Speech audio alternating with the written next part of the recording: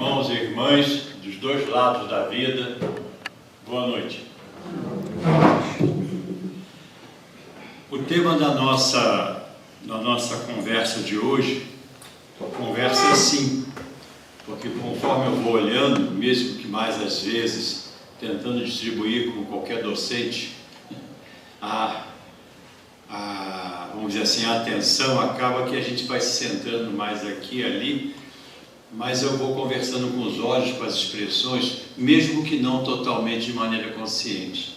E mais do que eu, aqueles eu sei que estão sempre nos assistindo, já que numa casa como esta, de caridade e amor, o melhor empenho deles é que sempre, cada um de nós aqui, fisicamente ainda postado, ou já extrafisicamente também presente, é que se aproveite aquilo que seja importante para cada um de nós, em qualquer das falas que são feitas.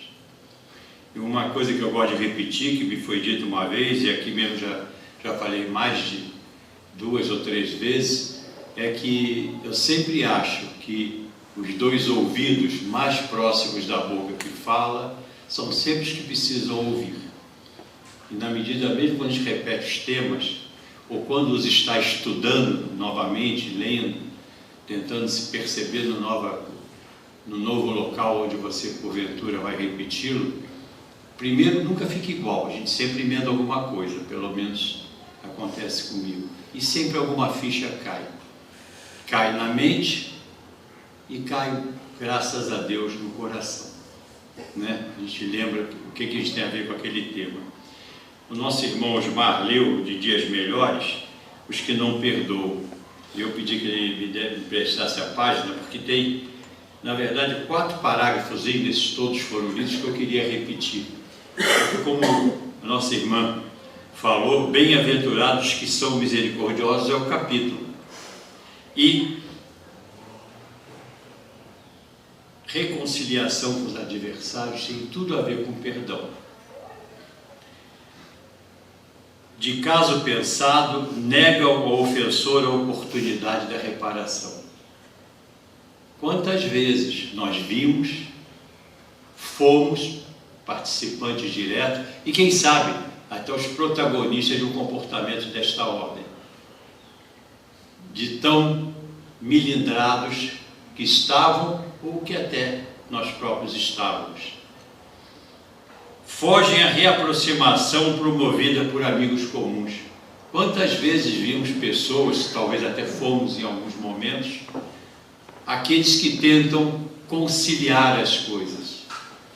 Eu lembrava hoje, não tinha lembrado das outras vezes que falei, mas hoje quando eu estava lendo de novo, eu lembrava que uma vez uma colega universitária, professora, ela, no encontro que houve em Minas Gerais, lá na região de Belo Horizonte, ela levou eu e um outro professor um pouco mais velho do que eu, que tinha sido meu professor, e co-autor de um livro que ele me convidou para, na época, escrever com ele, nos levou para almoçarmos juntos, éramos os 3, à beira da Lagoa da Conceição.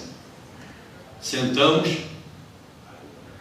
no restaurante, ela se levantou e disse: olha, eu só trouxe vocês 2 aqui porque vocês têm que se acertar. E foi embora. Foi ótimo. Ela era essa mediadora, não é? Que muitas vezes nós encontramos na nossa vida, nas nossas famílias, e que às vezes resistimos a ouvir. Foi ótimo. Dificulta ao máximo a possibilidade de entendimento. Por caras e bocas e palavras, resistem a uma melhoria da relação, mesmo que não seja mais para dar de braços dados, vamos dizer assim, colocando entre aspas, né? Mas desanuviando o coração, o que faz tão bem, né? Cobrem-se de razão, não admitindo sequer a hipótese de que possam ter alguma parcela de culpa.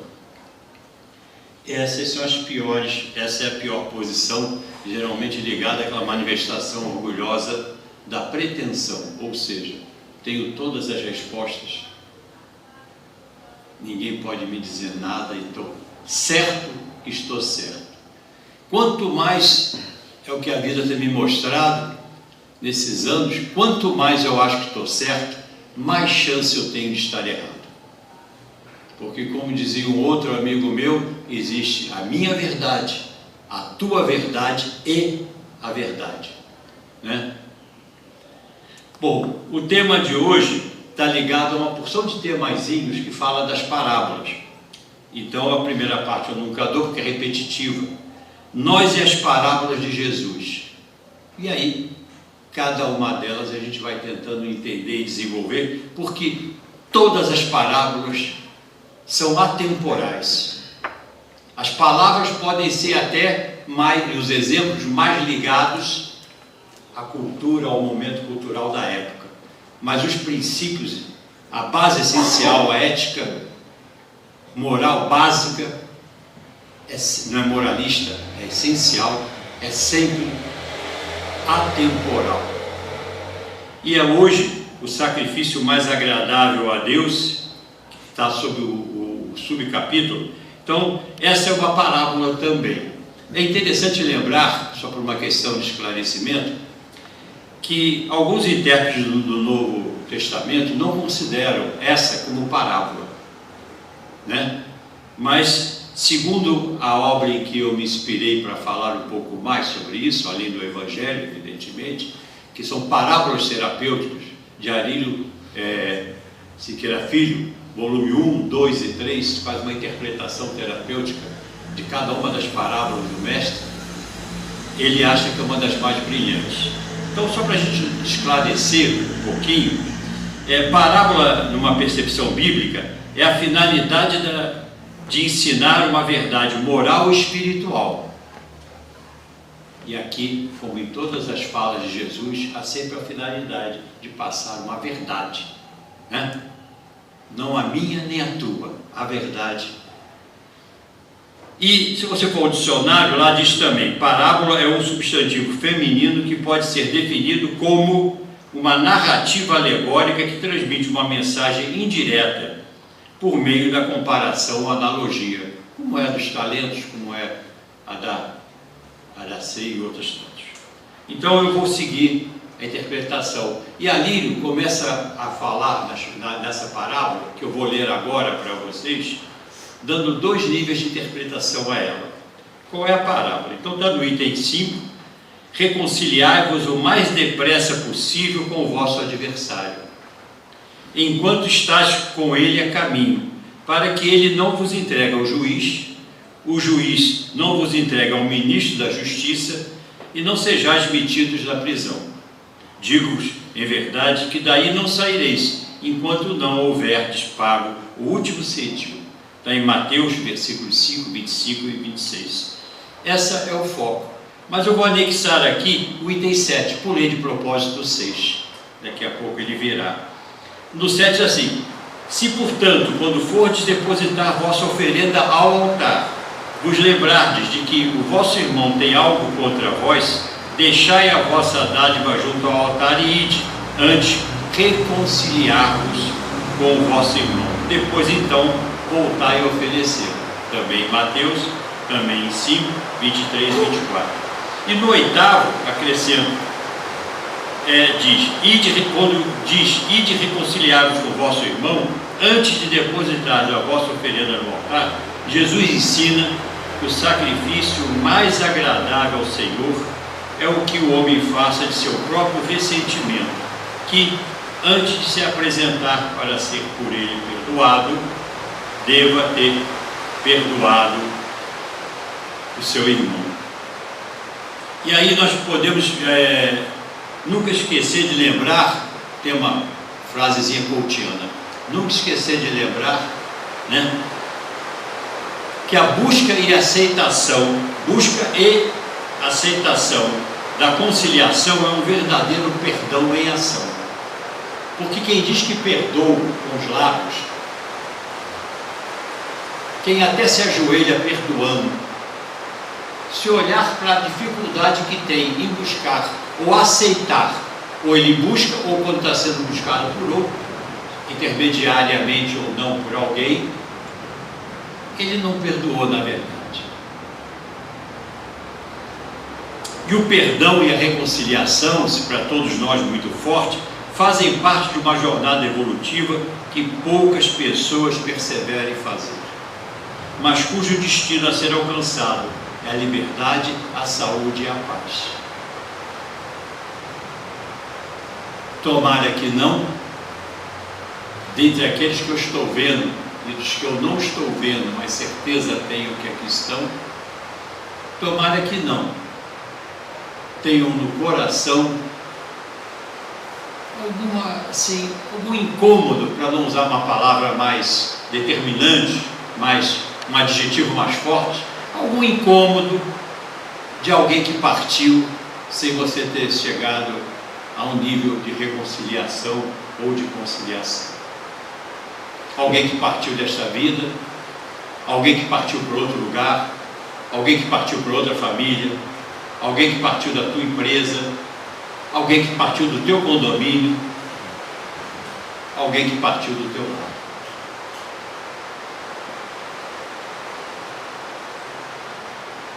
Tomara que eu seja a única exceção, porque eu tenho, às vezes, lembrança de coisas que eu poderia ter resolvido. E quem não resolveu? Fui eu? Foi meu orgulho, foi meu egoísmo às vezes, foi a minha pretensão de achar que estava certo, foi a minha dificuldade na humildade de pedir, e às vezes a humildade é tão fraca em nós que mesmo quando não pedimos, mas temos dificuldade de aceitar alguém que queira se reconciliar conosco. E volto a dizer, lembrando até o perdão, no outro trecho do nosso, poderíamos dizer, do nosso Evangelho, que lembra o seguinte, que o perdão não é obrigatoriamente para você andar de braço dado com o outro, mas é para não guardar dele uma mágoa, para não guardar dele, nem passar para ele algum pensamento não positivo, não desejar mal a ele e nem se alegrar com qualquer sucesso que ele tenha. Então é bem mais sutil do que obrigatoriamente ter que estar junto, porque às vezes pode ser que hajam questões de nossas personalidades ou da do outro ou dos outros que não nos ajudem no estágio de evolução espiritual que cada um de nós está a reconciliarmos em função de estar junto. Aliás, muitas reconciliações que eu percebi, inclusive em termos matrimoniais, não costumam durar muito, porque houve uma reconciliação da forma, mas não do conteúdo.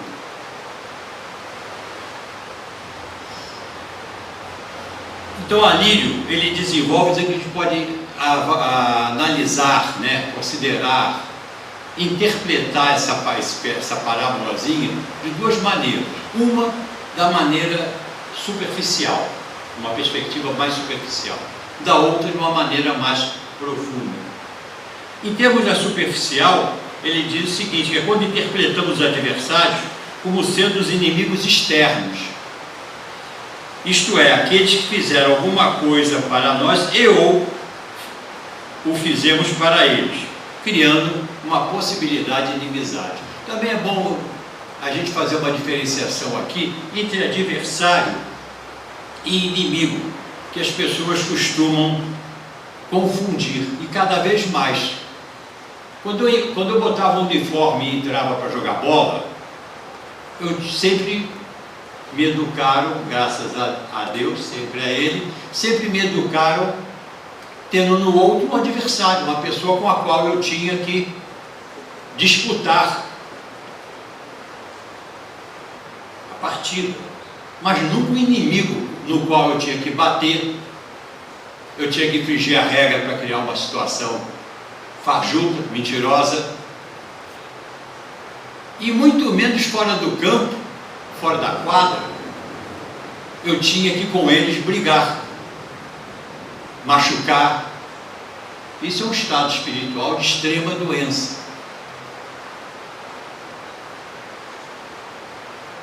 A tua camisa pode ter a cor que tiver,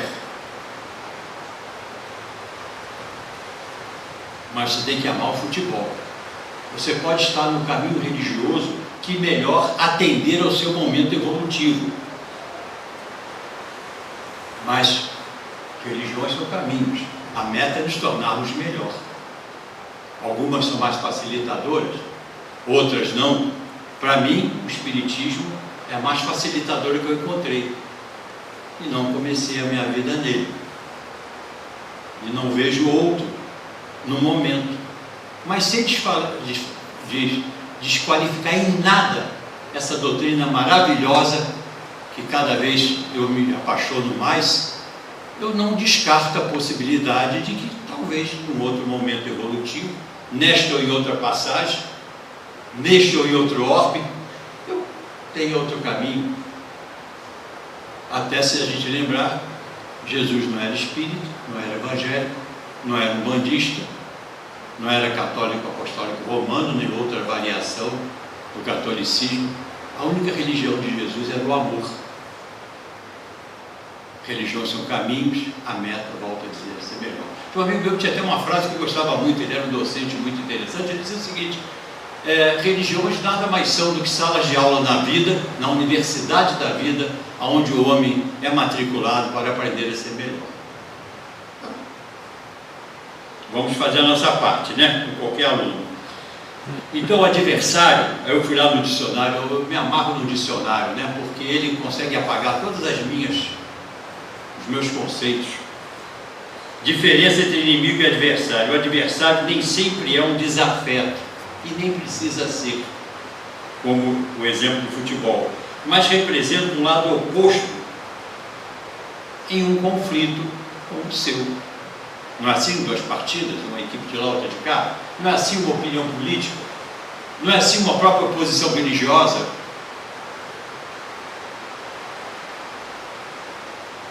Mais radical, menos radical, que não consegue ver no outro só porque ele está vestindo outra camisa, ou estando em outro caminho, não consegue ver no outro irmão.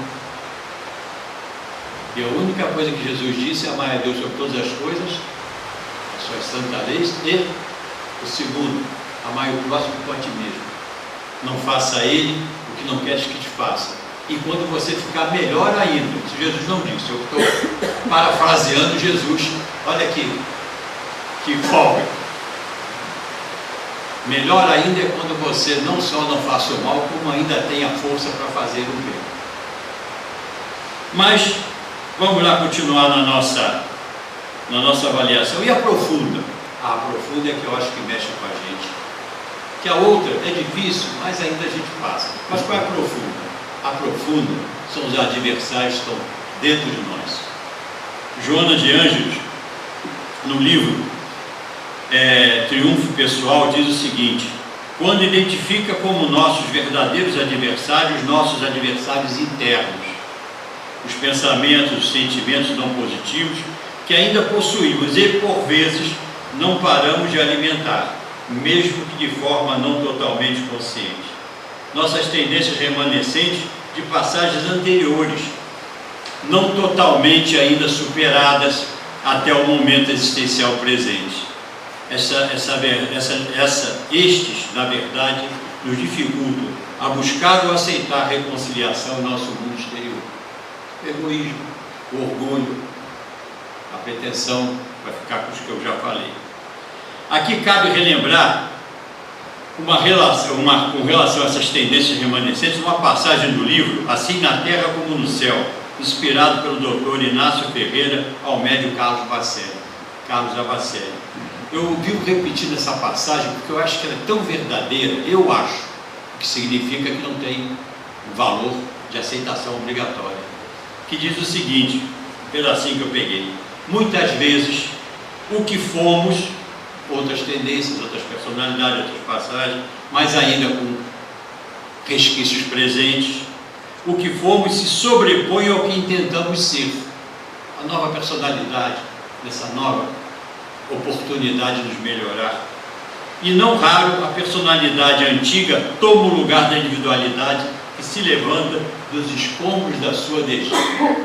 Isso sempre mexe comigo, porque realmente, quando a gente tem algum tipo de acesso, quando eles acham que é próprio, alguma coisa, por relance que seja, de outras passagens nossas, são desditas.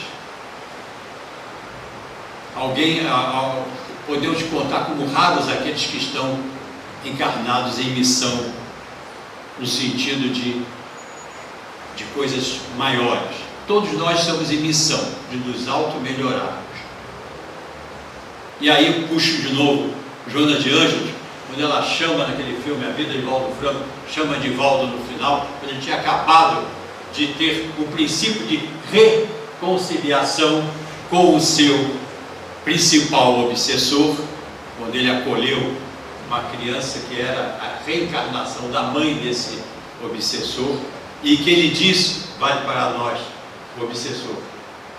A gente nota, a cama ficou assim meio quebrada, e disse o seguinte: não, eu vou te deixar em paz, mas ainda não consigo te perdoar. Porque assim a gente pode reconciliar, ou pode parar de alimentar a disputa, conflito, mas esperamos o nosso tempo. E foi. Aí Joana chegou para Divaldo e disse a Divaldo o seguinte, e eu gosto muito desse trecho,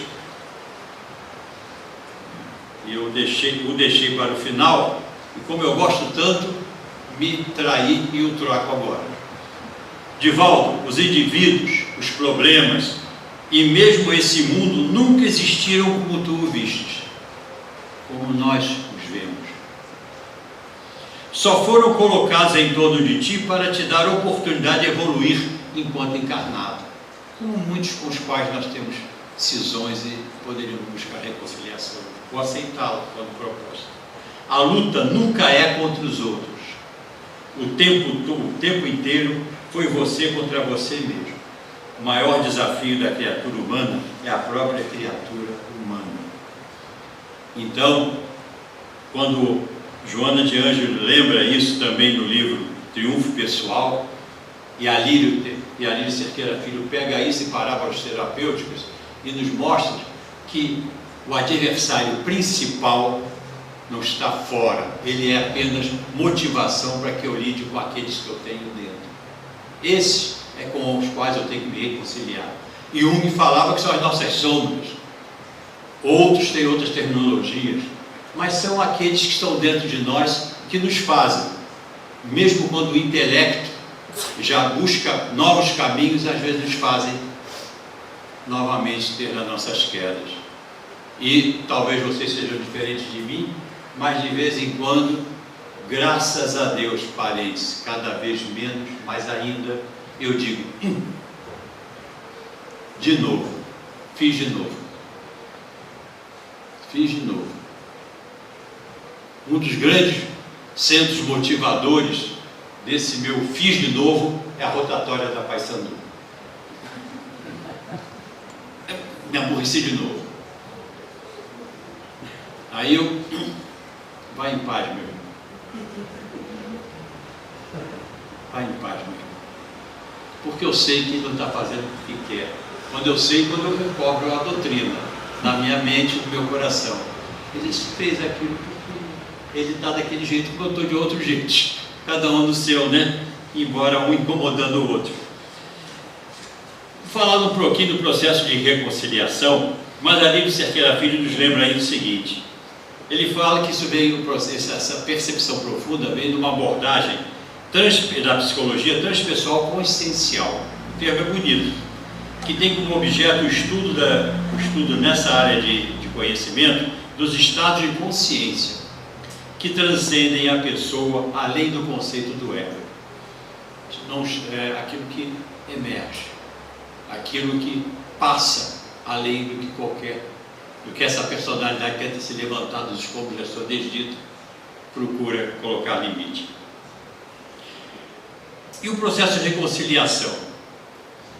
O processo de reconciliação é interessante, né? Porque ele lembra... Não, vou falar ainda uma coisinha antes.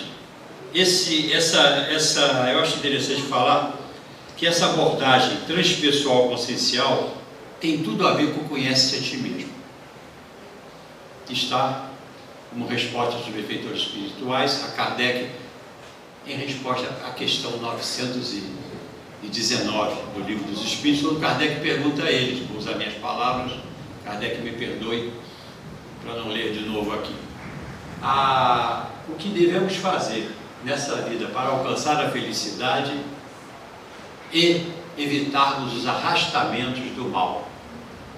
E Kardec então recebe como resposta: faça como já vos foi dito por um pensador da antiguidade, no caso foi Sócrates, né?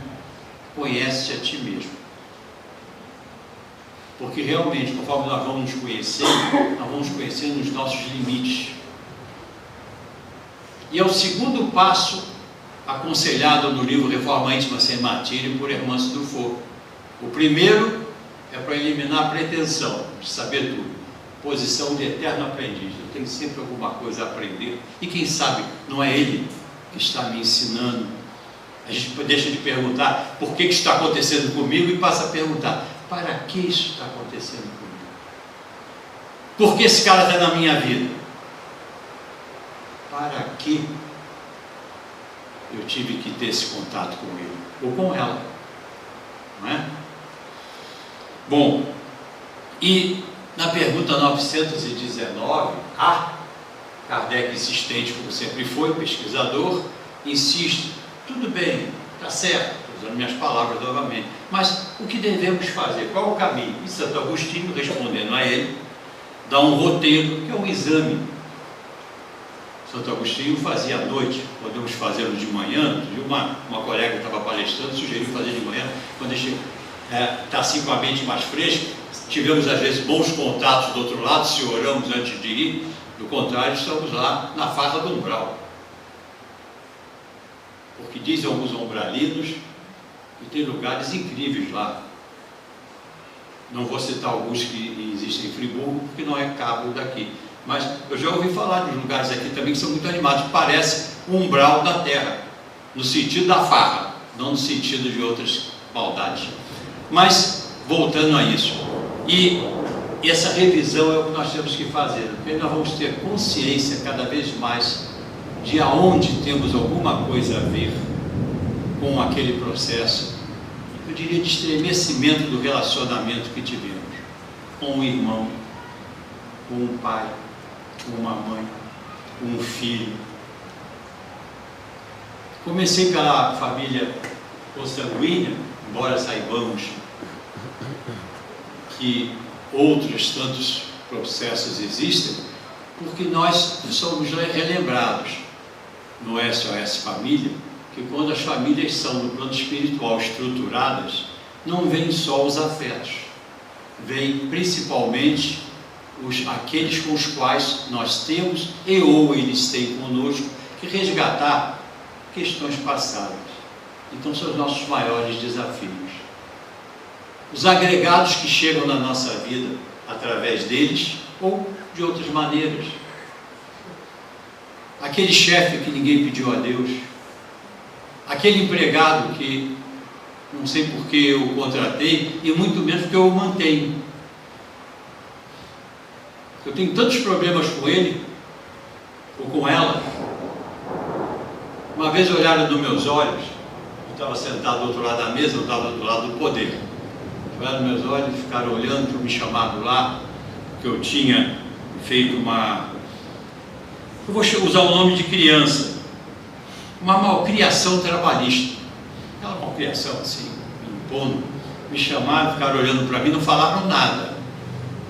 Eu já sabia que se fosse para ser dispensado, não era para ali que teriam me chamado, era para o setor de pessoal. Aí a senhora que estava à minha frente disse assim: sabe o que eu estou pensando? Depois de um tempo, eu já estava até sem graça. Sabe o que eu estou pensando? Por que eu não te mandei embora ainda daqui?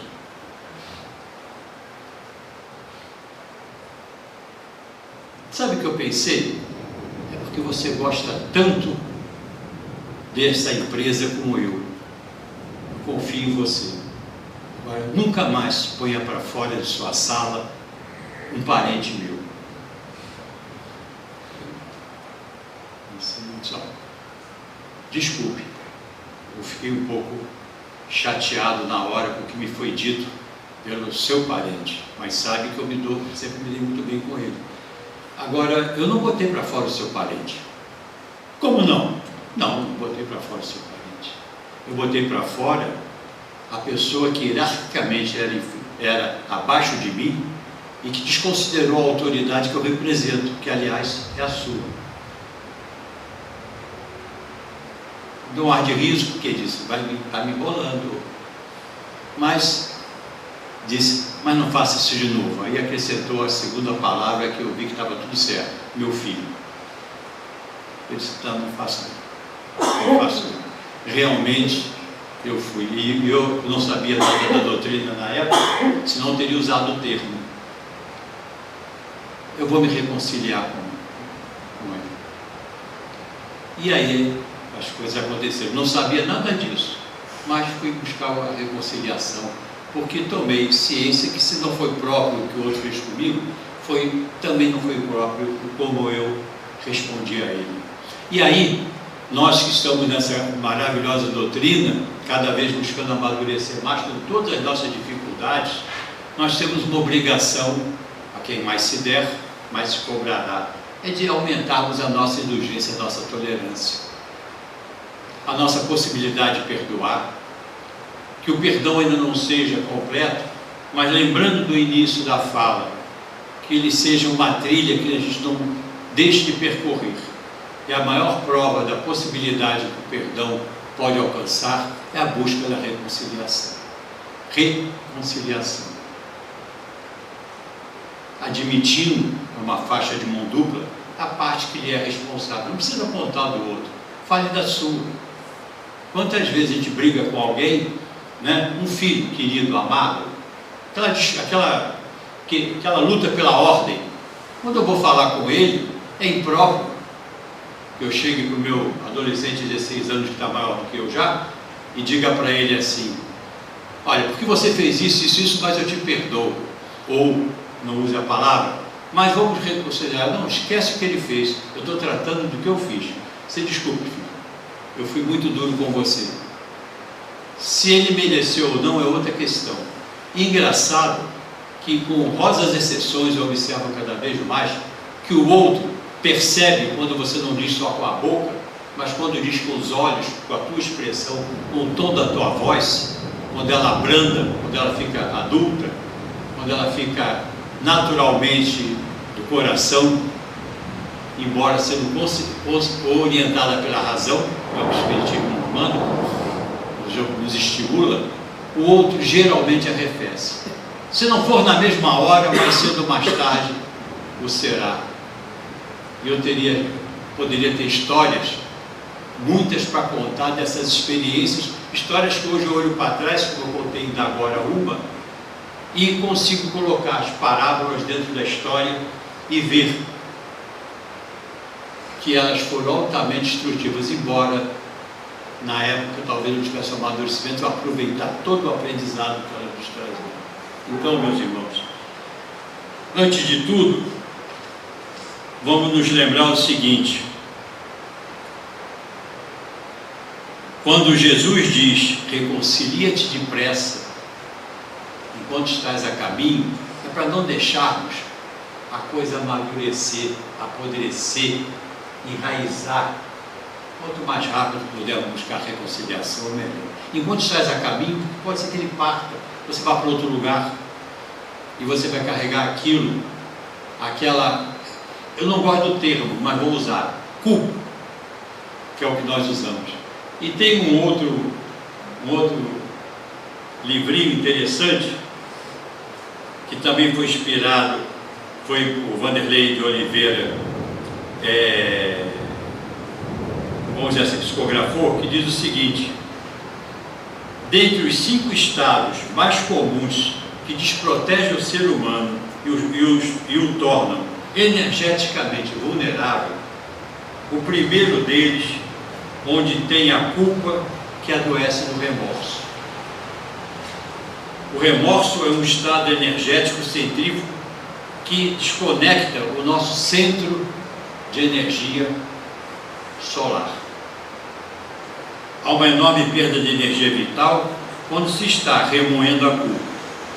Eu não vou entrar em mais detalhes, mas culpa é aquela responsabilidade que você não tem noção de que está te corroendo. É aquele peso que você carrega. Tomara que ninguém aqui o esteja carregando.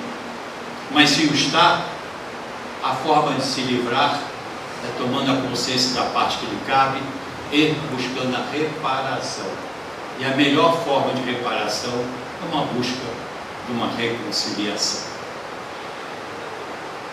Aí, quando Jesus então diz isso, e quando ele lembra que se não serás entregue ao juiz, o juiz é o nosso auto-julgamento, daí a culpa, que é o remorso que alimentamos, aquilo que está dentro de nós, que no fundo a tua consciência sabe, mesmo que a bagunceira da casa aqui fique tumultuando, e o Espiritismo é o mediador, a doutrina maravilhosa é o mediador, que através de tudo que nos ensina, de tudo que nós aprendemos, vai nos amadurecendo na forma de lidar com essas coisas. E a prisão é o símbolo dos conflitos desnecessários, é a culpa ou pior, é a desculpa, quando você projeta ainda no outro a culpa, no outro, na situação. A autopunição é um mecanismo de prisão sem grades, a partir da qual criamos doenças físicas e emocionais para nos punir. A doença é essencial daqueles que não assumem a condição de aprendizes da vida. Por que não substituir pelo cuidador interno, o perseguidor interno? O cuidador interno é aquele que acolhe a nossa dificuldade e, consequentemente, tudo aquilo que é acolhido, com mais facilidade você se reconcilia. No teu orgulho, no teu melindre, no teu egoísmo.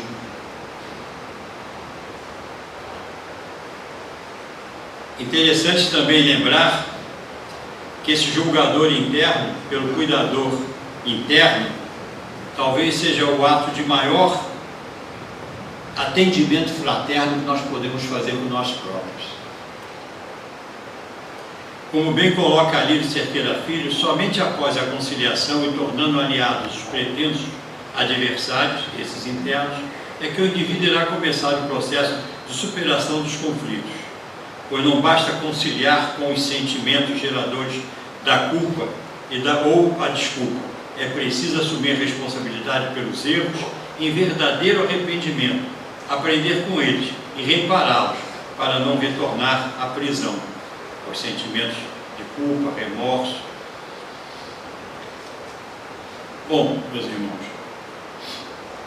uma das coisas interessantes de qualquer palestra que eu preparo, e as páginas aqui já tem alguns recortes e colagem, é que raramente eu sigo exatamente a ordem que coloco aqui. Antigamente eu gostava de usar os slides até para me prender a eles, mas eu ficava preso. Hoje eu aceito mais as coisas que vão vindo, porque a última coisa que eu quero deixar com vocês é o seguinte: no texto Maturidade Espiritual, de autor desconhecido, ele não tem um autor definido, a primeira das 12 reflexões lá colocadas é a seguinte: maturidade espiritual é quando você para de tentar mudar os outros e se concentra em mudar a si mesmo.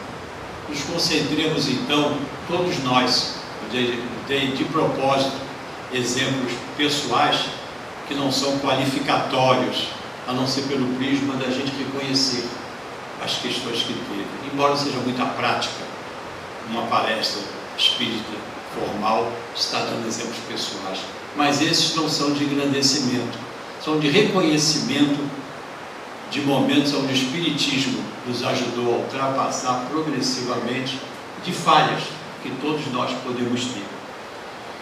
Que a gente consiga buscar com todos aqueles que ainda estão caminhando conosco, mesmo que não sejam fisicamente ao lado, essas reconciliações. E nos momentos de oração, podemos trabalharmos a reconciliação com aqueles que já partiram, com aqueles que estão longe de nós, ou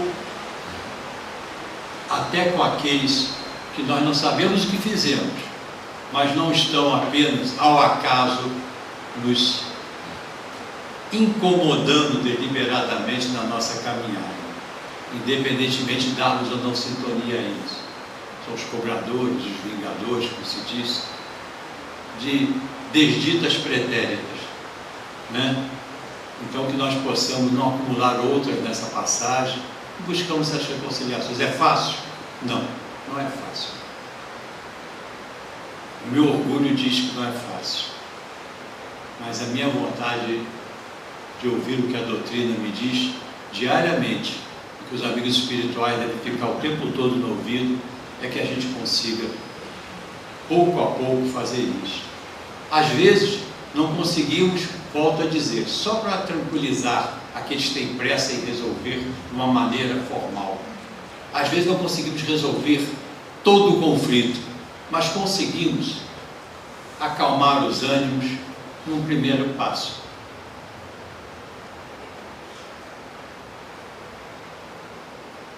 E começamos, volto a lembrar, nunca tentando relembrar o fato de escrever, porque às vezes as pessoas se reintegram nos papéis ali na conversa e outras coisas surgem, que também estavam ali por baixo daquilo tudo que deu naquele pequeno conflito, né?